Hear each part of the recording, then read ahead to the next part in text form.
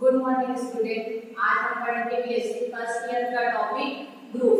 तो ग्रुप को जानने से पहले एक दो डेफिनेशन हम लोग को और जानना पड़ेगा। तो सबसे पहले देखते हैं binary operation on the set कि बाइनरी ऑपरेशन किसको बोला जाता है। तो उसके लिए सबसे पहले हम लोग देखते हैं नॉन एम्प्टी सेट जो कि है जी। ये रैंडम हम कोई भी सेट ले रहे हैं जिसको हम लोग जी नाम दे रहे हैं। तो जी हो गए नॉन एम्प्टी सेट और स्टार हम लोग कोई भी अरिथमेटिक ऑपरेशन डिफाइन करते हैं। इसी ऑपरेशन को हम लोग को क्या बनाना है, बाइनरी ऑपरेशन बनाना है। तो इस ऑपरेशन को हम लोग बाइनरी ऑपरेशन कब बोलेंगे, जब वो ये प्रॉपर्टी सेटिस्फाई करेगा। तो ये क्या प्रॉपर्टी है कि अगर हम लोग दो कोई भी रैंडम एलिमेंट के इस सेट से जो कि नॉन एम्प्टी सेट है उससे दो एलिमेंट हम लोग ले ए और बी इस प्रकार कि ए स्टार बी यानी कि जो भी ऑपरेशन है उसको हम लोग उन दोनों एलिमेंट के बीच लगाए तो जो हम लोग का रिजल्ट आए वो भी उस सेट में आए, सेट का जी सेट में आए। तो इस ऑपरेशन को क्या बोला जाता है, binary operation on a set. क्योंकि सेट में डिफाइन करें इसलिए इसको ऑन अ सेट बोलेंगे। तो फॉर एग्जांपल लेते हैं हम लोग जी जो कि नॉन एम्प्टी सेट है वो ले रहे हैं नेचुरल नंबर और स्टार ऑपरेशन ले रहे हैं हम लोग प्लस। तो हम लोग को बताना है कि प्लस जो है वो इस नेचुरल नंबर के लिए बाइनरी ऑपरेशन बनाता है कि नहीं। तो देखते हैं कोई भी इसमें से रैंडम एलिमेंट लेते हैं, क्या मान लो 1 और 2 ले रहे हैं नेचुरल नंबर से और हमको बताना है कि इसमें अगर हम लोग ऑपरेशन प्लस लगाते हैं और जो रिजल्ट आता है वो भी इस सेट में होगा तो ये जो प्लस है वो बाइनरी ऑपरेशन होगा नेचुरल नंबर के लिए। तो देखते हैं कि 1 + 2 करें अगर तो आंसर आ रहा है हमारा 3। तो 3 का नेचुरल नंबर में बिलोंग करता है, 3 नेचुरल नंबर होता है। तो ये एक प्रॉपर्टी को सेटिस्फाई कर रहा है, बाइनरी ऑपरेशन की प्रॉपर्टी को सेटिस्फाई कर रहा है। तो इस हम लोग प्लस ऑपरेशन को इस नेचुरल नंबर के लिए क्या बोलेंगे, बाइनरी ऑपरेशन बोलेंगे।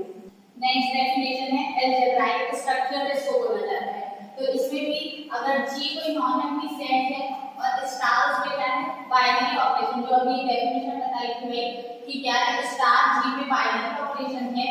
तो जो ये स्ट्रक्चर बनता है इसको जहाँ पे जी नॉन एम्प्टी सेट रहता है और जी पे ही स्टार क्या रहता है, बाइनरी ऑपरेशन। तो ये दोनों मिलकर जो पेयर बनाता है इसी पेयर को इस स्ट्रक्चर को ही क्या बोलते हैं हम लोग, अलजेब्राइक स्ट्रक्चर बोलते हैं। इसका हम लोग यूज अभी ग्रुप के डेफिनेशन में करेंगे। तो नेक्स्ट डेफिनेशन है ग्रुप का।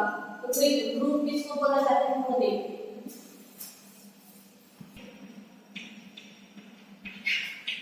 Let G be a non-empty set and star be a binary operation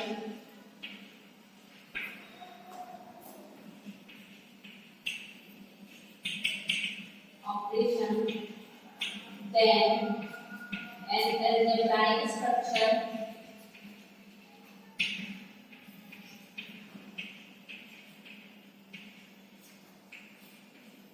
G star is called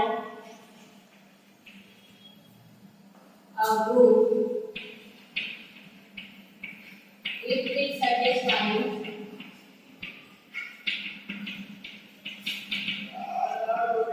following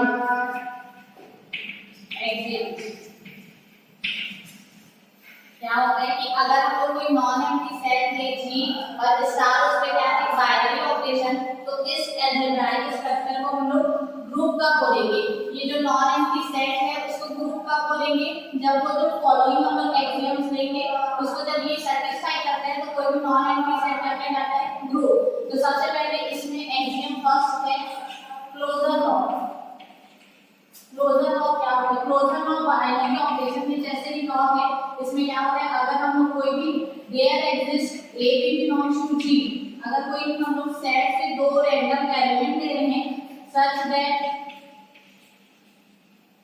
A star अगर बी करते हैं बाइनरी ऑपरेशन इस पे लगाते हैं तो जो रिजल्ट मिलता है वो भी किसमें मिले, हम लोग को उस सेट में ही बिलोंग करे। तो ऐसे ऑपरेशन को क्या बोलते हैं हम लोग, क्लोजर लॉ बोला जाता है। नेक्स्ट है एसोसिएटिव लॉ। एसोसिएटिव लॉ इसमें हम लोग को जैसे दो एलिमेंट ले रहे थे इसमें हम लोग को सेट से 3 एलिमेंट ले रहे हैं। तो तो there exists A B C belongs to G such that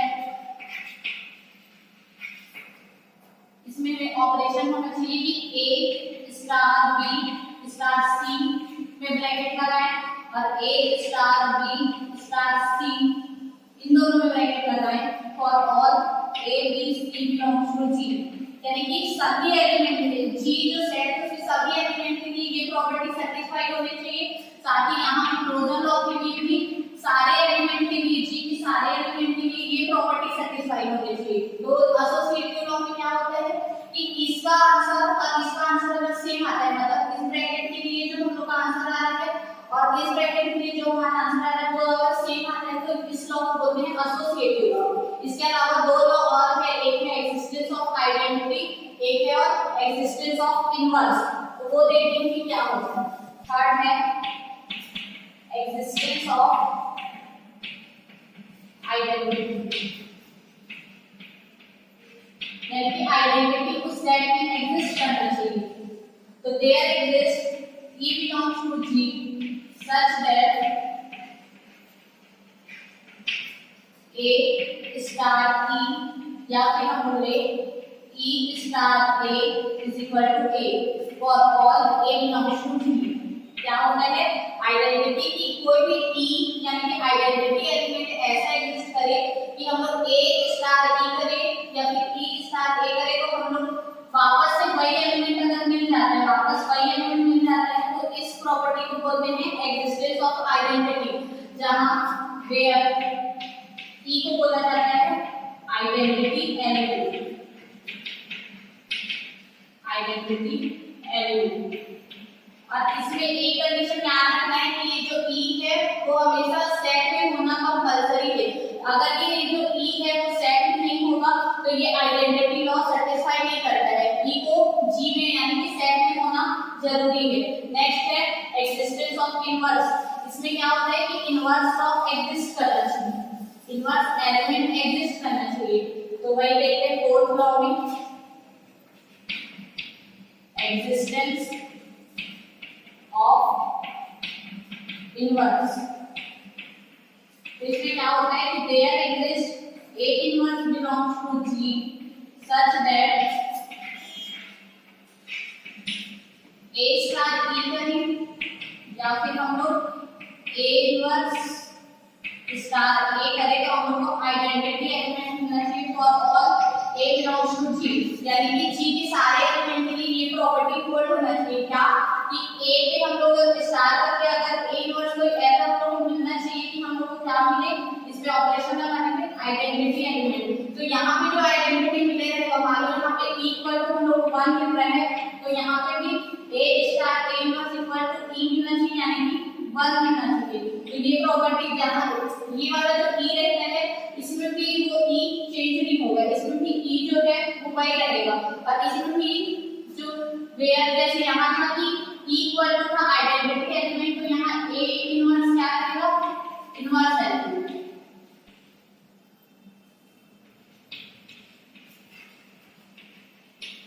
इसमें भी क्या होता है कंडीशन की जो A इनवर्स है उसको सेट में होना कंपलसरी है। तो ये चार प्रॉपर्टी कोई भी अगर नॉन एम्प्टी सेट G है वो सेटिस्फाई करता है तो उस सेट को हम लोग क्या बोलते हैं, ग्रुप बोलते हैं। तो कौन-कौन से लॉ है, फर्स्ट है क्लोजर लॉ, सेकंड है एसोसिएटिव, थर्ड है एक्जिस्टेंस ऑफ आइडेंटिटी और फोर्थ है एक्जिस्टेंस ऑफ इनवर्स। तो उसमें क्या होता है क्लोजर में कि अगर दो एलिमेंट के बीच अगर हम लोग ऑपरेशन लगाते हैं तो वो जो ऑपरेशन से आंसर आता है वो भी उस सेट में होना चाहिए। एसोसिएटिव में सिर्फ ब्रैकेट चेंज करना है हमको। एक्जिस्टेंस ऑफ आइडेंटिटी में क्या है कि A स्टार E करें तो हम लोग वापस से जो हम लोग A जो एलिमेंट कोई भी ले रहे हैं वापस से वही एलिमेंट मिल जाता है। तो एक्जिस्टेंस ऑफ आइडेंटिटी शो करता है ये, जहाँ जो E है वो सेट में होना चाहिए। वैसे इनवर्स क्या होता है कि A स्टार A इनवर्स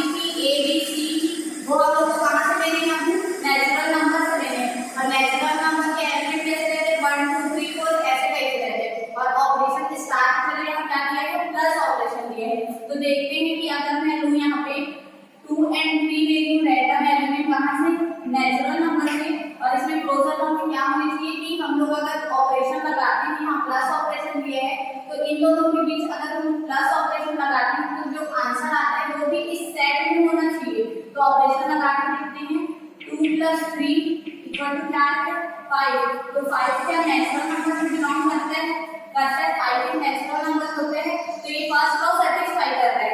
अब नेक्स्ट देखते हैं क्या एसोसिएटिव लॉ।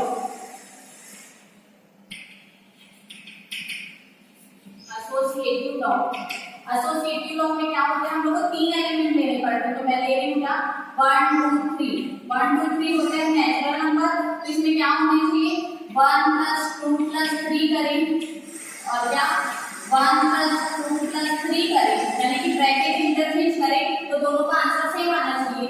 तो क्या इन दोनों का आंसर सेम आ रहा है 1 + 5 और इसमें हो रहा है क्या 3 + 3, तो दोनों का आंसर क्या है 6 = 6, तो दोनों सेटिस्फाई कर रहे हैं, दोनों का आंसर इक्वल आ रहा है, तो ये होता है एसोसिएटिव लॉ। नेक्स्ट देखते हैं हम लोग क्या existence of identity. Existence of identity,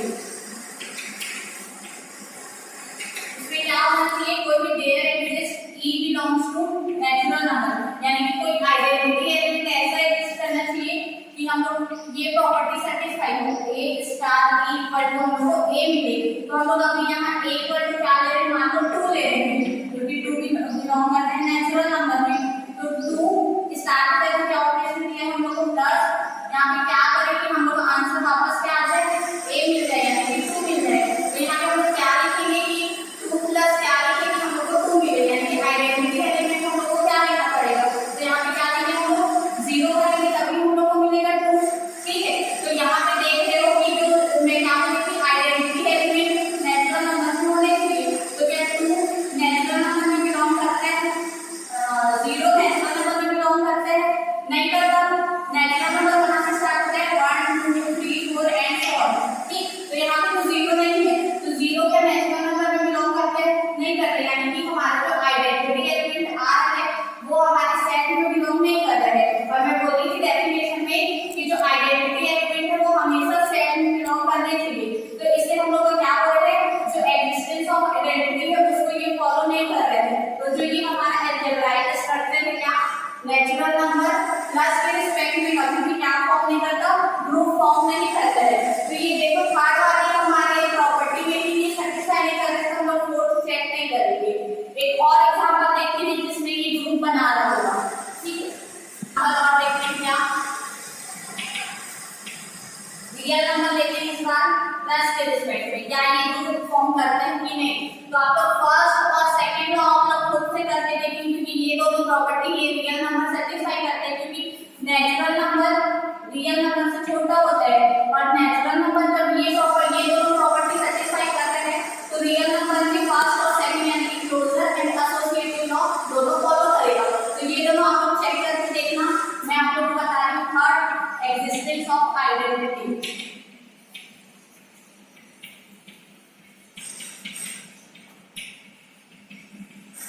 इसमें क्या होता है कि कोई there exist E belongs to real number, मतलब कोई रियल नंबर ऐसा होना चाहिए कि हमारा a * e = a मिले।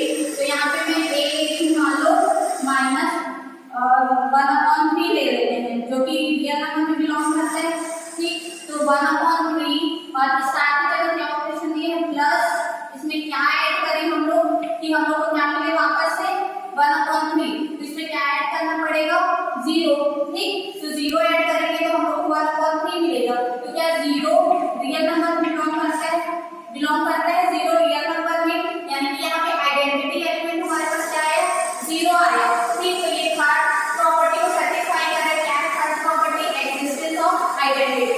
अब फोर्थ देखते हैं हम लोग एग्जिस्टेंस ऑफ इनवर्स।